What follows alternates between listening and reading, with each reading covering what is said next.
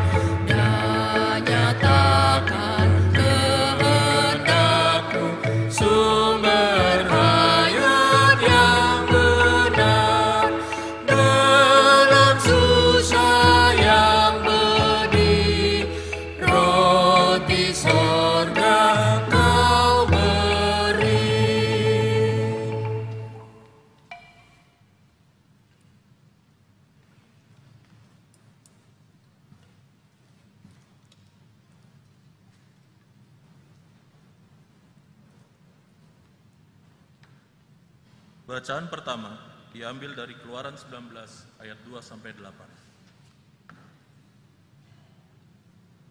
Setelah mereka berangkat dari Refidim, tibalah mereka di padang gurun Sinai. Lalu mereka berkemah di padang gurun. Orang Israel berkemah di sana di depan gunung itu. Lalu naiklah Musa menghadap Allah, dan Tuhan berseru dari gunung itu kepadanya, "Beginilah kau katakan kepada keturunan Yakub, dan kau beritakan kepada orang Israel. Kamu sendiri telah melihat apa yang kulakukan kepada orang Mesir, dan bagaimana aku telah mendukung kamu di atas sayap Raja Wali dan membawa kamu kepadaku.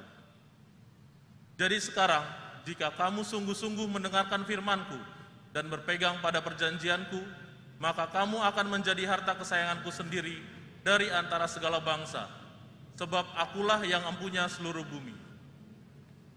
Kamu akan menjadi bagiku kerajaan imam dan bangsa yang kudus. Inilah semuanya firman yang harus kau katakan kepada orang Israel." Lalu datanglah Musa dan memanggil para tua bangsa itu dan membawa ke depan mereka segala firman yang diperintahkan Tuhan kepadanya. Seluruh bangsa itu menjawab bersama-sama, "Segala yang difirmankan Tuhan akan kami lakukan." Lalu Musa pun menyampaikan jawab bangsa itu kepada Tuhan. Demikianlah firman Tuhan. Syukur kepada Allah.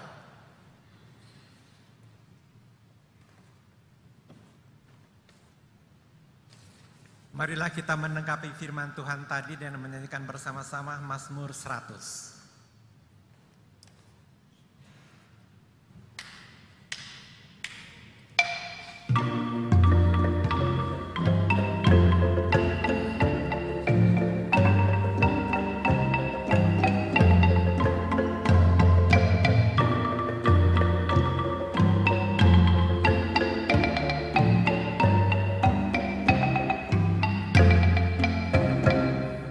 Bersorak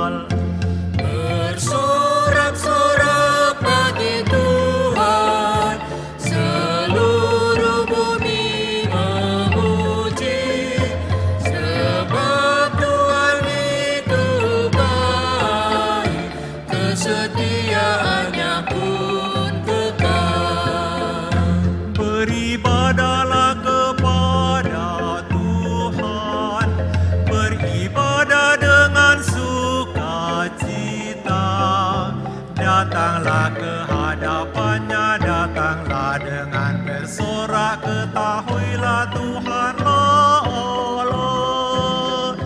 Dia yang menjadikan punya dialah kita, kawanan domba gembalaannya. Bersorak-sorak bagi Tuhan, seluruh bumi memuji, sebab Tuhan itu baik, kesetiaannya pun kekal. Masuklah lewat pintu gerbangnya, masuklah dengan nyanyian syukur, ke dalam pelatarannya dengan puji-pujian, bersyukur dan puji namanya. Karena Tuhan itu baik, kasih setianya kekal, kesetiaannya turun-temurun. Bersorak-sorak bagi Tuhan, seluruh bumi memuji, sebab Tuhan itu baik, kesetiaannya pun kekal.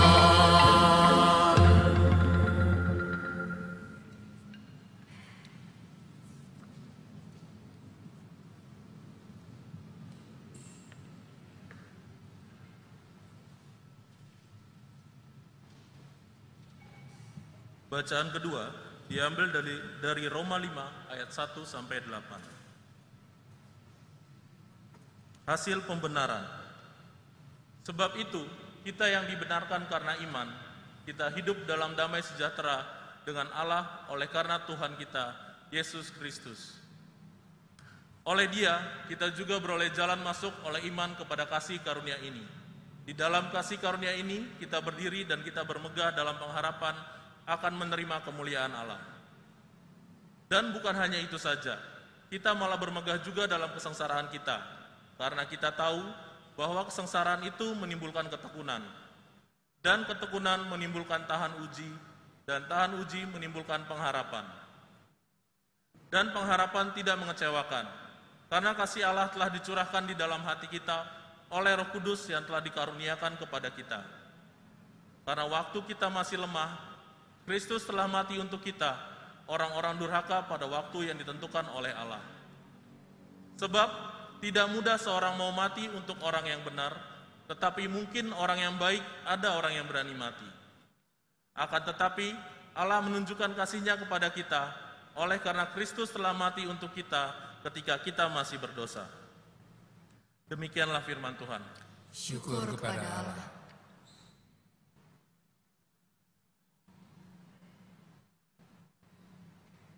Pembacaan Injil Yesus Kristus diambil dari Matius 9 ayat 35 sampai dengan pasal 10 ayat yang ke-8. Demikianlah Yesus berkeliling ke semua kota dan desa. Ia mengajar dalam rumah-rumah ibadat dan memberitakan Injil Kerajaan Sorga serta melenyapkan segala penyakit dan kelemahan. Melihat orang banyak itu, tergeraklah hati Yesus oleh belas kasihan kepada mereka, karena mereka lelah dan terlantar seperti domba yang tidak bergembala. Maka katanya kepada murid-muridnya, tuaian memang banyak, tetapi pekerja sedikit. Karena itu mintalah kepada Tuhan yang empunya tuaian, supaya Ia mengirimkan pekerja-pekerja untuk tuaian itu. Yesus memanggil ke-12 murid-Nya dan memberi kuasa kepada mereka untuk mengusir roh-roh jahat dan untuk melenyapkan segala penyakit dan segala kelemahan. Inilah nama ke-12 rasul itu. Pertama Simon yang disebut Petrus dan Andreas saudaranya, dan Yakobus anak Zebedius dan Yohanes saudaranya, Filipus dan Bartolomeus, Thomas dan Matius pemungut cukai, Yakobus anak Alfeus dan Tadeus, Simon orang Zelot, dan Yudas Iskariot yang mengkhianati Dia. Kedua-belas murid itu diutus oleh Yesus dan ia berpesan kepada mereka, "Janganlah kamu menyimpang ke jalan bangsa lain atau masuk ke dalam kota orang Samaria, melainkan pergilah kepada domba-domba yang hilang dari umat Israel. Pergilah dan beritakanlah, kerajaan sorga sudah dekat.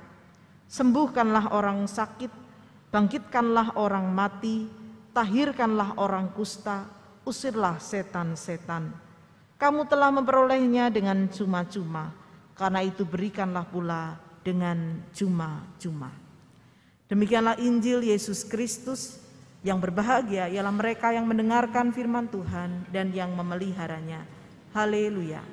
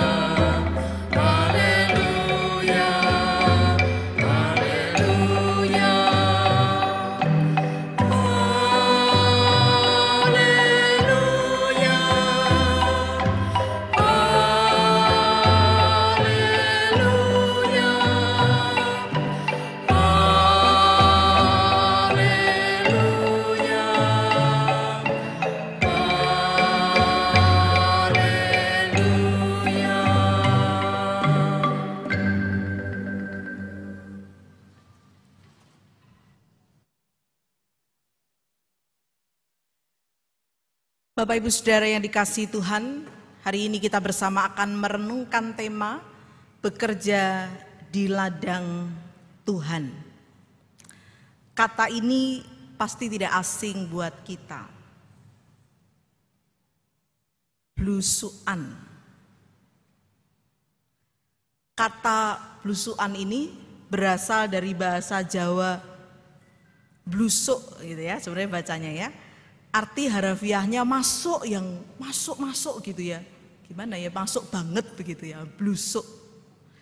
Menjadi kata yang cukup populer karena Presiden Jokowi semenjak menjadi wali kota di Surakarta dan Gubernur DKI kerap melakukannya. Maka kemudian kita mengenal kata ini, blusukan. Mengapa kok blusukan? Tujuannya untuk mengetahui kondisi sesungguhnya dari dekat dengan lebih jelas. Bukan berdasarkan laporan tapi melihat langsung seperti apa situasinya. Ketika Yesus datang ke dunia, dikatakan tadi di dalam Matius 9 ayat 35, Yesus berkeliling ke semua kota dan desa. Ketika dia datang ke dunia, dapatlah dikatakan bahwa Allah kita ini juga sedang blusukan gitu. Dia yang maha tinggi berkenan blusukan datang ke dunia. Dalam bacaan kita ini di ayat 35, Yesus melakukan aksi blusukannya ini dengan berkeliling, dikatakan semua kota dan desa. Blusukan yang dilakukan Yesus di sini, kalau kita cermati bacaan Injil kita, tidak hanya sekedar melihat ada apa di desa dan kota itu, seperti apa orang-orang di dalamnya. Dalam perjalanan kelilingnya itu, Yesus ternyata sekaligus melakukan 3 hal: mengajar, memberitakan Injil Kerajaan Sorga, dan melenyapkan segala penyakit. Yesus tidak hanya mengajar dan memberitakan, tetapi melakukan tindakan menghadirkan Kerajaan Sorga dengan melenyapkan segala penyakit itu. Mengapa kok melenyapkan segala penyakit? Dahulu orang Yahudi percaya bahwa sakit, penyakit, penderitaan, kenajisan, kematian itu bersumber dari kuasa jahat. Ada kuasa setan yang berkuasa. Maka memulihkannya tidak ada jalan lain kecuali dengan mengusir dan mengenyahkan segala kuasa setan itu melalui dilenyapkannya segala penyakit. Maka itu sekali lagi Yesus tidak hanya mengajar dan memberitakan kerajaan surga, tapi juga menghadirkan kerajaan surga itu dengan melakukan karya penyembuhan. Selain mengajar, memberitakan Injil dan melenyapkan segala penyakit, Yesus di tengah karyanya itu dikatakan di dalam bacaan kita pada karya belusuannya itu membuat hadirnya belas kasihan. Di dalam Matius 9 ayat 36 dikatakan, hati Yesus digerakkan oleh belas kasihan. Ketika melihat orang banyak yang dalam derita itu dikatakan seperti domba tanpa gembala. Gerakan dalam hati Yesus ini boleh dikatakan sebagai suatu empati yang mendalam. Ada rasa iba, ada bela rasa Yesus di tengah penderitaan manusia. Kalau mau disetarakan gerakan hati Yesus ini dalam perjanjian lama, itu setara dengan reaksi ketika Allah mendengar keluhan Israel ketika mereka ada di perbudakan di Mesir lalu berseru, dan di sana hati Allah digerakkan oleh belas kasihan. Atau Daud yang berteriak karena merasakan derita ketika dia dikepung oleh musuh-musuhnya. Dalam dua kisah tadi dalam perjanjian lama, di sana ditunjukkan ketika manusia berseru dan hati Allah tergerak, maka Allah tidak tinggal diam. Allah turun tangan, dia melakukan sesuatu untuk menolong. Dan kini di dalam bacaan Injil kita, Allah dalam diri Yesus itu merasakan gerakan belas kasihan, dan dia tidak tinggal diam menyaksikan orang-orang yang tengah menderita bagaikan domba tanpa gembala. Seperti apa domba tanpa gembala? Kita dapat membayangkan bahwa kalau domba tidak ada gembalanya, maka yang terjadi akan kocar kacir. Tidak ada yang menuntun mereka. Lalu yang lain lagi, domba-domba yang tanpa gembala itu maka dapat dikatakan tidak ada yang melindungi, tidak ada yang menjaga dari ancaman binatang buas yang kerap kali dialami oleh para domba. Tidak ada yang menuntun mereka ketika mereka harus mencari makan dan minum. Mengapa dikatakan situasinya seperti domba tanpa gembala yang kocar kacir, tanpa perlindungan, tanpa tuntunan? Kita tentu ingat bahwa ketika Yesus berkarya, umat kala itu mengalami derita yang disebabkan terutama dalam situasi penjajahan bangsa Romawi yang membuat hidup mereka memang sungguh-sungguh penuh tekanan. Mereka mengalami beratnya berada di dalam penjajahan. Selain itu, sakit penyakit yang mereka derita itu dirasakan sebagai sesuatu yang sangat berat. Karena selain orang yang sakit itu dianggap bahwa dalam diri mereka dikuasai oleh setan, mereka juga dianggap sebagai orang yang berdosa. Makanya dihukum oleh Tuhan melalui sakit penyakit. Situasi yang tidak mudah ada dalam penjajahan, ketika dalam derita masih dianggap sebagai hukuman Tuhan karena dosa mereka. Maka di dalam bacaan 1 tadi kita melihat sisi yang lain. Bagaimana Allah menggembalakan umat Israel, sehingga dalam Keluaran 19 ayat 4 dikatakan Allah menggambarkan dukungannya bagi umat Israel itu seperti sayap Raja Wali yang melindungi anak-anaknya. Jadi kalau di dalam bacaan pertama digambarkan begitu luar biasanya Allah menggembalakan umatnya. Di sini Yesus melihat bangsa Israel seperti domba tanpa gembala. Hal inilah yang menggerakkan hatinya untuk menolong. Yesus tidak tinggal diam. Yesus menggunakan gambaran dalam dunia pertanian, maka tema kita bekerja di ladang Tuhan. Mari kita bersama perhatikan, ini gambaran dalam dunia pertanian sehingga dikatakan tuaian memang banyak tapi pekerja sedikit. Apa itu tuaian? Ya, tuaian atau panen jelas istilah dalam pertanian. Lalu terkait dengan pekerja ladang dan sebagainya. Semoga cukup kelihatan. Ada lagu di dalam Kidung Jemaat 428 itu kalau kita mau bandingkan, maka yang dimaksud dengan ladang itu adalah dunia, lalu manusia adalah tuaiannya, dan Tuhan adalah pemilik ladang dan pemilik tuaian itu. Jadi ini gambaran dalam dunia pertanian yang kita mesti lihat lebih dalam. Kata tuaian itu berkaitan dengan kata panen atau panenan. Setiap pekerja, dapatlah dikatakan mungkin petani begitu ya, pasti memiliki tujuan yang sama, yakni ingin menuai atau memanen hasil dari menggarap ladangnya itu.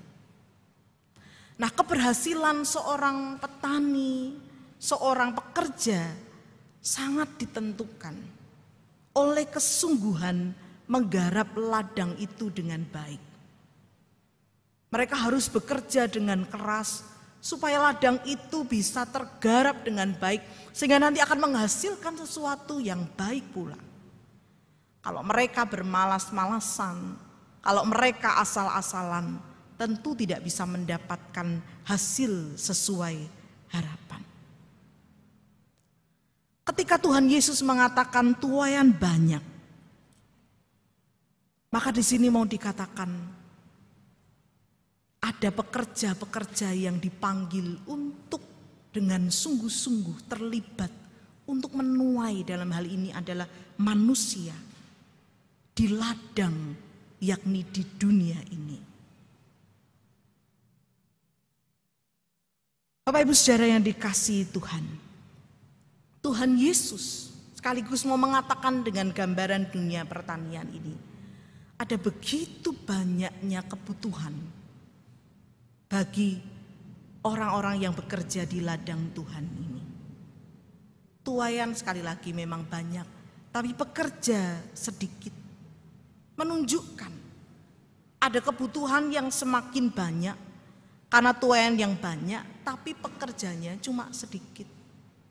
Maka Yesus mengatakan minta pada Tuhan untuk mengirimkan pekerja di ayat 38. Maka kemudian setelah mengatakan ini pada pasal 10 ayat 1, Yesus memanggil dan memberi kuasa para murid untuk dipanggil sebagai pekerja dan melakukan karyanya.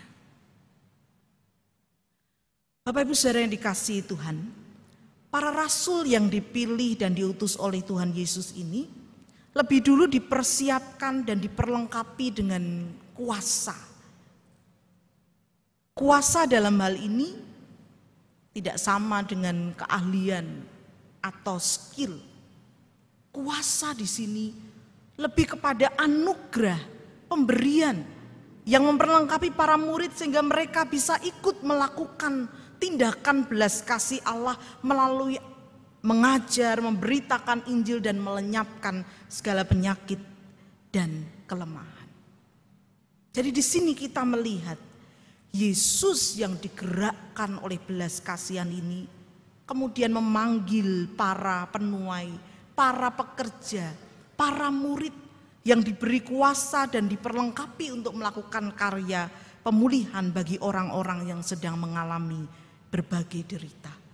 Yesus membuktikan dia tidak tinggal diam ketika dia melihat derita yang tengah dialami oleh manusia. Mari kita merenungkan dua hal dari tema kita bekerja di ladang Tuhan dan bacaan kita hari ini. Yang pertama, kita diajak untuk mensyukuri, bersyukur akan hati Kristus yang dipenuhi belas kasihan atas derita manusia.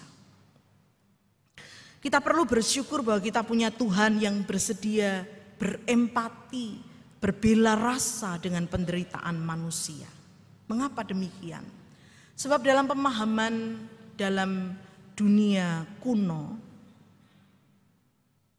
paling tidak yang dimiliki oleh kaum Stoa, mereka percaya bahwa sifat Allah adalah apatis atau ketidaksanggupan untuk merasakan sesuatu. Jadi argumen mereka adalah seseorang yang bisa mempengaruhi orang lain, entah itu dengan kisah sedih, kisah yang gembira, kisah yang lucu, menunjukkan bahwa orang ini lebih unggul dari yang lain.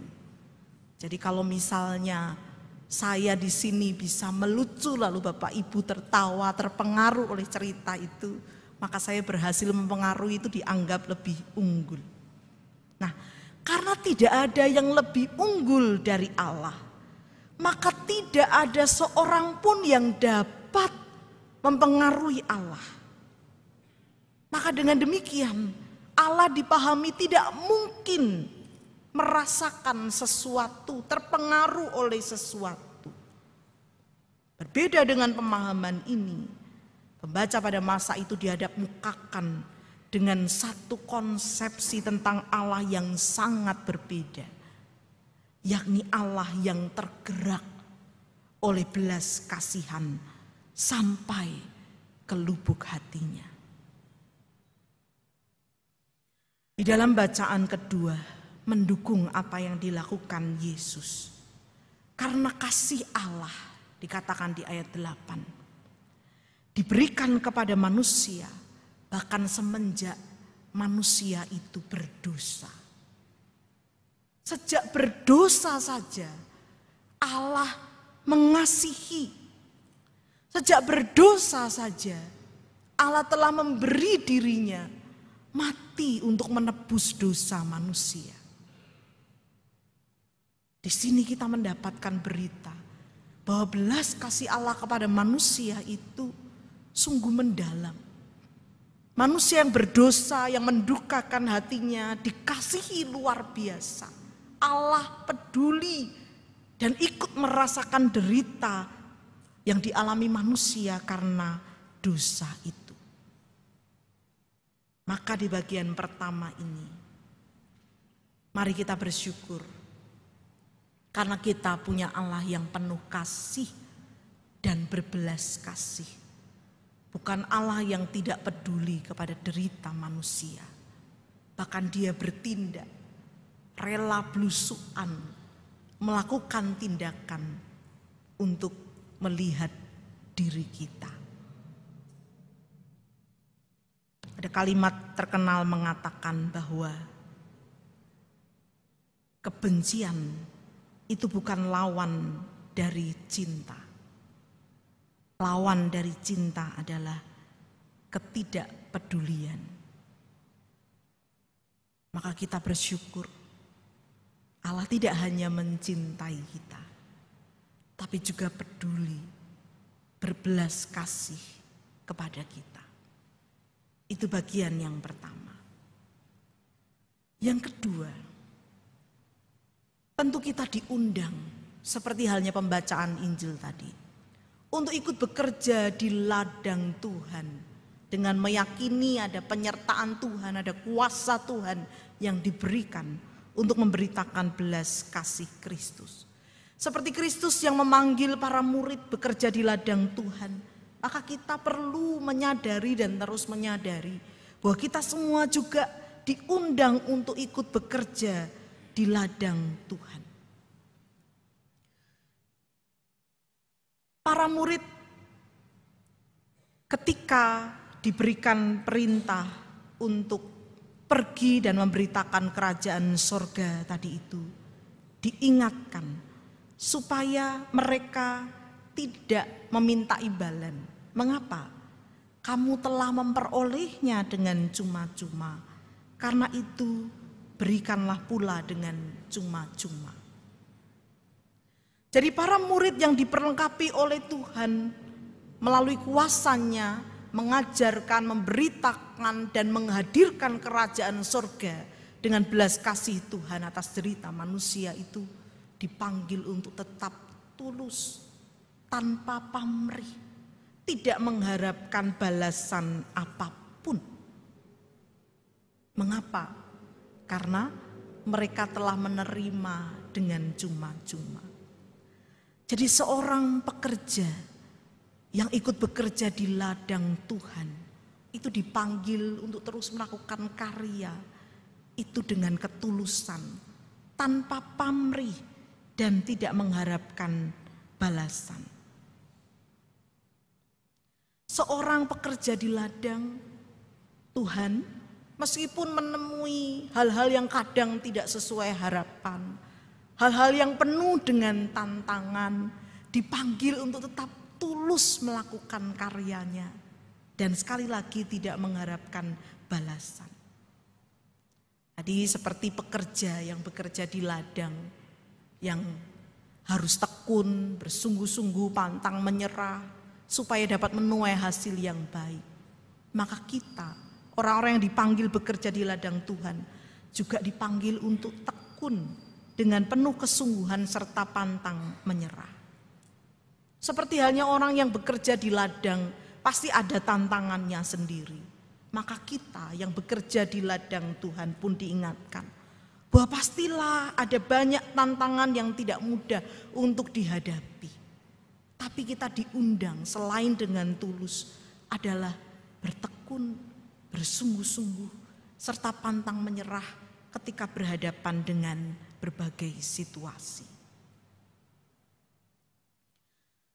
Ada satu kisah tentang Garibaldi, seorang patriot Italia yang menghasilkan pembentukan Italia yang konon dia disebut sebagai pahlawan dua dunia karena petualangan militernya di Amerika Selatan dan Eropa. Setelah mengepung kota Roma pada tahun 1849, Garibaldi ini mengeluarkan pernyataan yang ditujukan kepada pengikutnya. Tulisannya kecil, maafkan. Dia mengatakan begini, "Wahai semua prajurit, seluruh usaha kita melawan kekuatan musuh yang lebih besar itu telah sia-sia. Aku tidak dapat menjanjikan apa-apa kepada kalian, kecuali kelaparan, kehausan, kesulitan, dan kematian. Namun demikian aku memanggil semua orang yang mencintai tanah airnya untuk bergabung dengan aku." Apa hasilnya? Ada beratus-ratus prajurit yang mengikutinya. Mereka siap berhadapan dengan kelaparan, kehausan, kesulitan, bahkan kematian demi melakukan sesuatu bagi tanah airnya. Jika untuk satu peperangan para prajurit itu berani berhadapan dengan kelaparan, kehausan, kesulitan, bahkan kematian, akankah kita yang dipanggil untuk memberitakan belas kasih Allah juga siap berhadapan dengan kesulitan dan tantangan? Ataukah kita mudah kecewa ketika kita berada di ladang di dunia ini yang terjadi tidak sesuai harapan? Ataukah kita mudah menyerah ketika ada tantangan? Atau bahkan kita memilih berhenti ketika yang kita hadapi menyusahkan diri kita? Di dalam sejarah, Tuhan telah membuktikan ada begitu banyak para pekerjanya yang diperlengkapi dengan kuasanya. Mereka telah melewati berbagai tantangan, kesulitan, dan mereka bertekun, bertanggung jawab, dan pantang menyerah. Ketika Yesus naik ke surga, lalu kemudian Roh Kudus memperlengkapi para murid. Semenjak itu, para murid dan orang-orang percaya yang diperlengkapi oleh Tuhan di tengah dunia ini melewati berbagai macam tantangan dan kesulitan. Dan mereka bertekun serta pantang menyerah. Maka pertanyaannya buat kita, adakah kita di sini dapat menjadi salah satu pekerja di ladangnya yang tekun, yang bertanggung jawab dan pantang menyerah, meskipun berhadapan dengan rupa-rupa tantangan. Kiranya kita semua dapat menjalankan tugas sebagai pekerja di ladang Tuhan, yang bersedia memberitakan belas kasih Kristus atas segala pergumulan dunia, dan yang bersedia dengan tekun, sungguh-sungguh dan pantang menyerah dengan keyakinan kuasa Tuhan bersama dengan kita, menyertai kita. Tuhan menolong kita, para pekerjanya. Amin.